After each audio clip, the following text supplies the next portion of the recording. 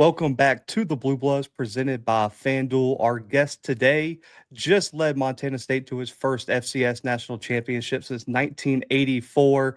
He won 3 national titles as an assistant at North Dakota State, a 3-time Big Sky champion, and our 2024 Eddie Robinson Award winner, Montana State head coach Brent Vigen. Coach, I appreciate you joining me tonight. Oh, absolutely. Great to be on with you and look forward to it.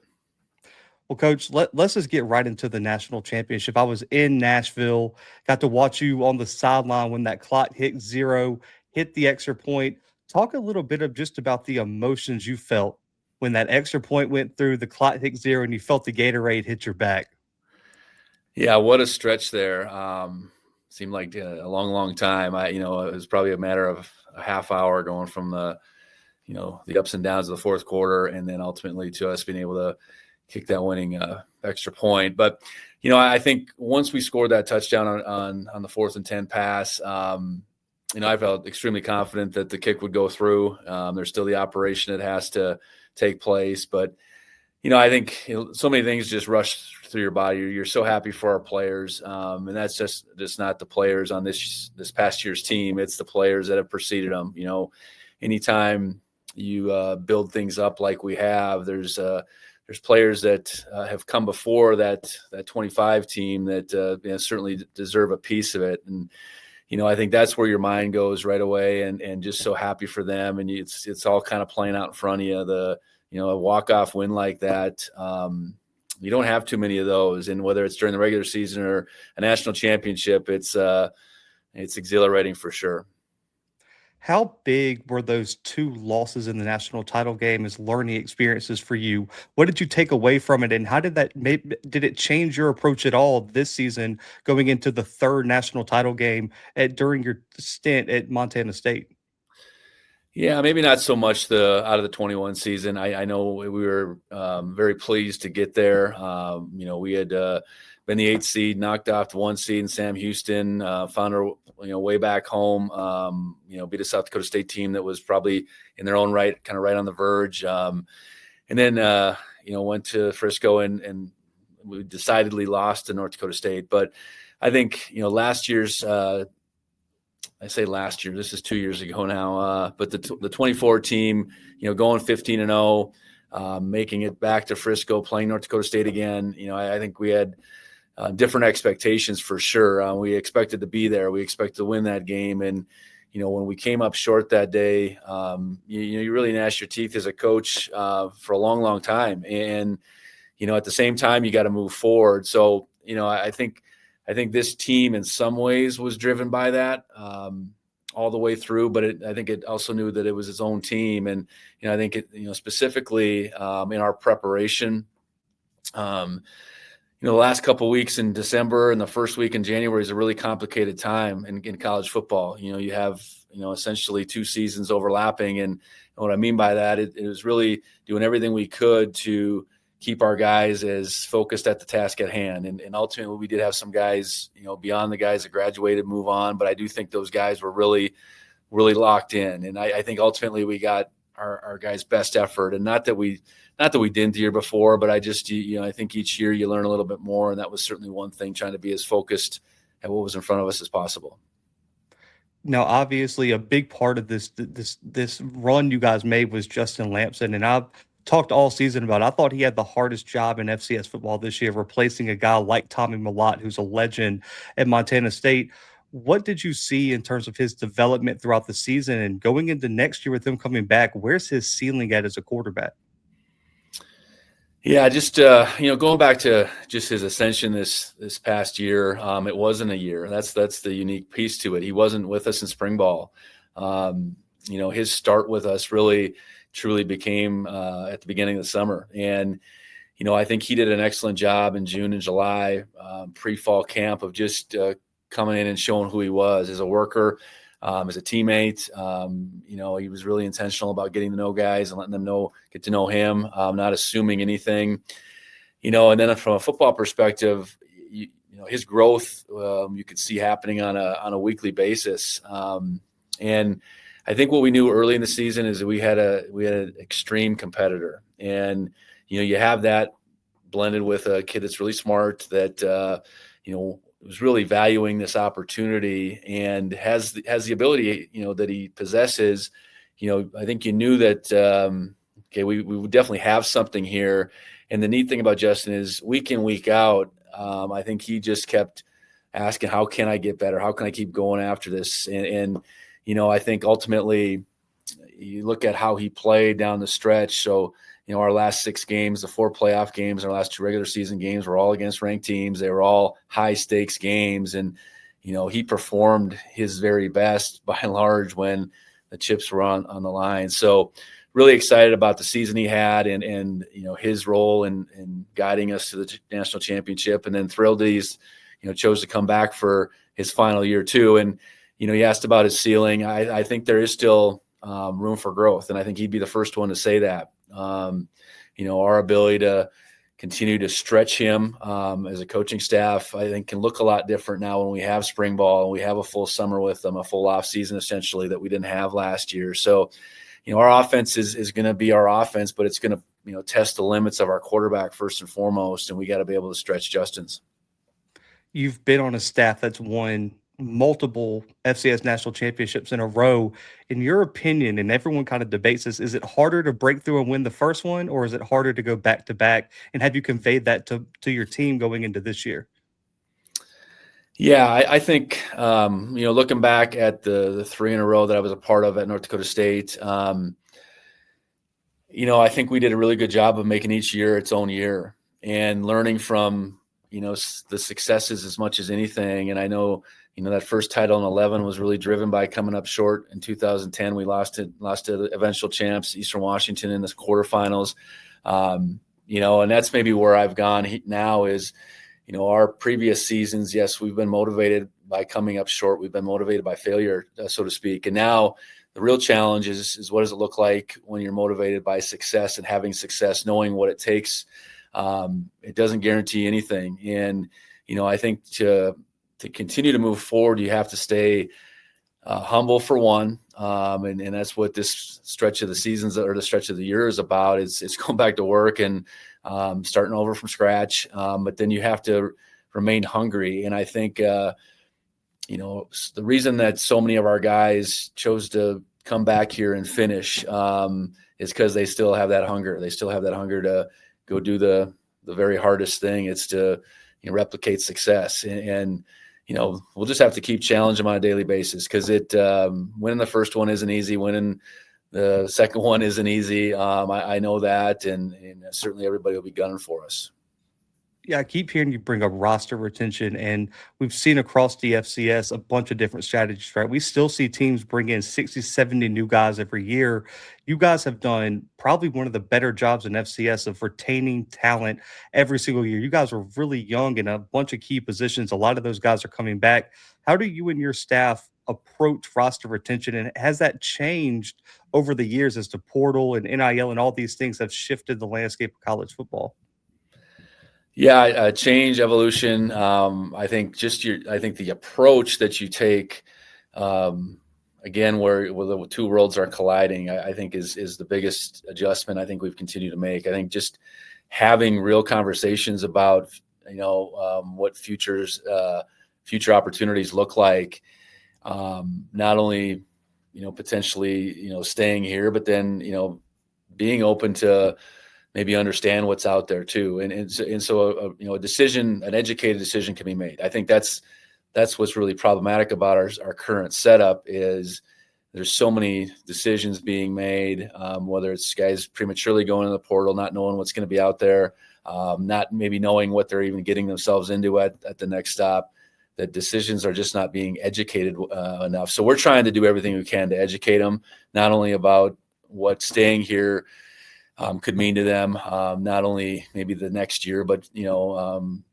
for the long term. I think, staying in one place and having a real legacy, it's hard to quantify what that means, but that should be pretty darn important to a young man. And, the financial component of what can be short-term gains versus long-term gains, I think just really trying to draw that out as well. So I think that's been the biggest change. It's maybe conversations going back 3 years ago, 2 years ago, even, that you kind of just shied away from because you didn't want to even open a guy's mind up to what might be out there. Well, their minds are open to it. It's unlikely that a guy doesn't have a little sense for maybe, what it might look like on the other side, but just trying to really help them as much as possible. Because ultimately, I think what we want for our guys, bottom line, is what's best for them, and trying to paint, as clear a picture on both sides of it as we possibly can. When you look at your recruiting strategy, you guys have had some really big portal successes. You look at Justin, like we talked about earlier. Julius Davis was a transfer, was a really big key piece at running back. We saw Alec at defensive tackle play a big role. But man, like I look at the core nucleus of this team, it's in-state guys from Montana that make a big impact. And then also you have this pipeline in Texas where you had a bunch of young guys from Texas step up. How do you and your staff balance transfer portal versus high school recruiting in the age of the portal, where we see teams live out of it and we have seen some coaches slowly adjust to it? Where do you stand on this? We would prefer to lean into the homegrown, ground up built kind of guys, and that's high school guys. And the two strategies are, they don't even happen at the same time. Essentially, you have to have your mindset on, okay, we're going to be, in it for the long haul with this recruiting process of a high school kid that, in a lot of cases is going to be at least a year in the making, and, kind of set your number of how many high school guys you want to bring in. And then, I think continue to evaluate your roster to say, do we have a position or two or three, whatever, that we're going to need a more immediate injection of talent. And then there's the point of having to, be a little reactionary, after the season. So I think our long-term focus is high school recruiting. We've been very fortunate that our Montana guys, you alluded to, have had a real big impact. And that's certainly where our foundation starts. And then we've been, I think, successful in areas like Texas, the Pacific Northwest, and continuing to, I think, recruit a higher level of high school kid, honestly, as more teams are portal heavy. And then again, being able to, mid-season, really evaluate, who we anticipate's coming back, who's maybe not on that field, but who's going to be able to take that next step. And thankfully for us, the last couple of years, that evaluation has led us to believe, we don't need to go in the portal a whole lot, and we can, our portal is going right into our roster and grabbing the next guy, and then the next guy taking that opportunity and running with it. And then, like I said, I mean, there's been some reactionary, opportunities for us post-season to grab a couple key elements. And, in Justin's case, we made that decision mid-season 24 that, quarterback was going to be a position that was going to be the direction we needed to go that year. And we really were fortunate to get such a high quality player. Looking back on your coaching career, obviously you spent a lot of time with Craig Bohl on his staffs at North Dakota State, even followed him to the FBS level. Talk a little bit about his impact on you as developing as a coach, but also how you've built this program's culture at Montana State. What have you taken from him, and are you guys still in contact a lot? And is he still really involved with what you're doing right now in the coaching ranks? Yeah, Coach Bohl, I owe so much to him. As far as him kind of laying the groundwork for what I've become as a coach. Certainly being my mentor. I worked for him for 18 years, and I'd say I worked for him, but the great thing about it is I feel like I worked with him, and he made that very clear that, even as a young aspiring coach, when I our paths first crossed at NDSU, he was about really empowering his coaches. And, my role certainly looked different at the beginning, but it grew, in our 11 years together at NDSU. And I was a coordinator on offense the last 5 of those. And you don't maybe realize it early in that stretch, but before you know it, you say, okay, you're getting this kind of daily view of what a head coach looks like. And that's, maybe that's what I identified pretty early as we were going along, is how he operated on a daily basis, how he let his coaches coach, how he communicated with our players, how he engaged with our community. All those things was what I thought a head coach looked like. And then we moved to Wyoming, I was fortunate enough to go with him out there and spend 7 years, and a different scenario for sure at the FBS level, and see even his growth through that stretch and continue to learn, so that I felt like when given the opportunity, if I was fortunate enough, you'd kind of have this playbook, not because he sat you down and had this seminar with you by any means, but you just kind of saw how he operated on a daily basis. And as close with him as maybe anybody in the coaching profession. And that doesn't mean we talk on a daily basis or anything like that, but certainly stay in touch. And he's certainly someone that I lean on. I really appreciate the role he's taken on with the AFCA as the executive director, really championing our efforts to maintain this wonderful game that we have. And no, I can't thank him enough. And he's certainly someone that I've looked up to for a long, long time. And it was a real blessing to have worked again with him as long as I was able to. The last two questions here. One has to be, obviously, with all the success you're having in Montana State, other schools start calling and start noticing. You made the commitment to stay at Montana State, right? I guess during the postseason run, what is it about the university at Montana State? What is it about Bozeman that this was just the right place for you to stay at Montana State and not look for other opportunities amidst all the success you're having in there? Well, I think first and foremost, my family has really loved it here. And, I have 3 boys that, 2 are on the team right now. My youngest is a freshman in high school. My wife, absolutely loves it here. So I think that's been a key component for us, a place where our family can thrive. And then, I think our setup here with the support we have, first off at the university level from our president, from our athletic director, is what you're looking for. It is complete and absolute alignment. And, that's something I would suggest any head coach desire and work at, quite frankly. And then the support we get, not only on Saturday afternoons in our stadium, a packed stadium, a rabid fan base, it's tremendous. And it's again something that is a key component to success in college football. Is support, both the passion, the financial aspect of it, and it's a situation here that I think is very desirable to be a head coach at. And the complicating factor with the way our calendar is set up, all that stuff. I was really committed to making sure that we did everything we could to do what we did this year. And, I don't feel sorry for that one bit. We were ultimately able to, get to the top of the mountain, and, I think we can continue to build this thing here. And that, that in itself is all we were after. And then the last question, I love this question at talking to active coaches, is we talk about the shifting landscape of college football. I mean, Coach, it feels like it changes every month. There's a new rule, or like you said, a new calendar, and it doesn't seem conducive to making college football successful. Every coach has his core principles or building blocks or foundation he builds his culture on. How do you and your staff navigate having your non-negotiables in your culture while also still trying to be agile and adjust to the shifting landscape of college football year in and year out? That's a great question. That really is. I mean, that means so many things. And, I think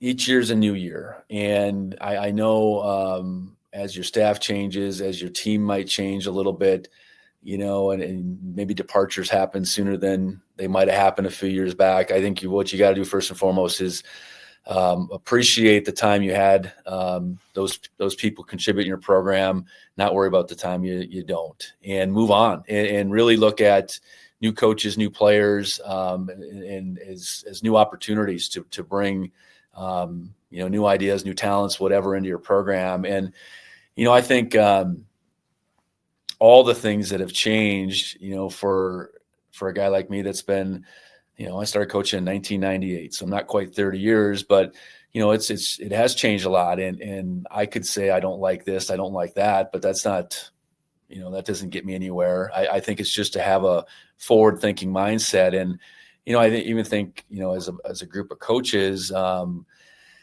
continue to make sure they see it the same way. And how do we take what's changing and evolving and new and apply it to us in the best way? I even think about the pace at which we recruited and have recruited, and official visits and those types of things. Well, we could be stuck in the mud and not evolve, or we could change and maybe move our calendar, move our our willingness to evaluate up a little bit more.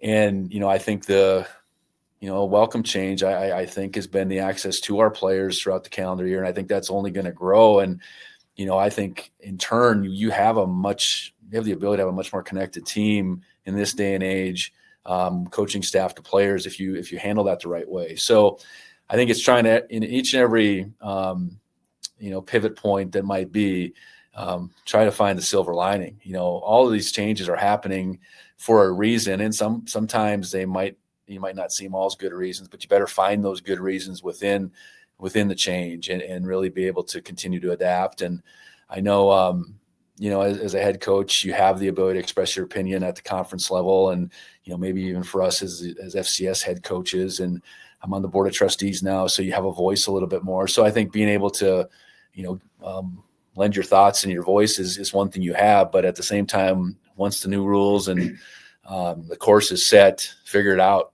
and make it the best for your situation possible. Well, Coach Vigen, I know everything is wild now. You're preparing for National Signing Day. You have a lot going on. You've probably been the most popular man to get an interview with in the FCS. So I appreciate your time. I'm looking forward to coming back up to Bozeman for a game. Last time I went, I'm from Mobile, Alabama. It was way too cold for me. Hopefully I can get up for a little bit warmer game. But guys, for Coach Brent Vigen, for myself, the Blue Bloods, FCS Football Central on SI, we are out for right now.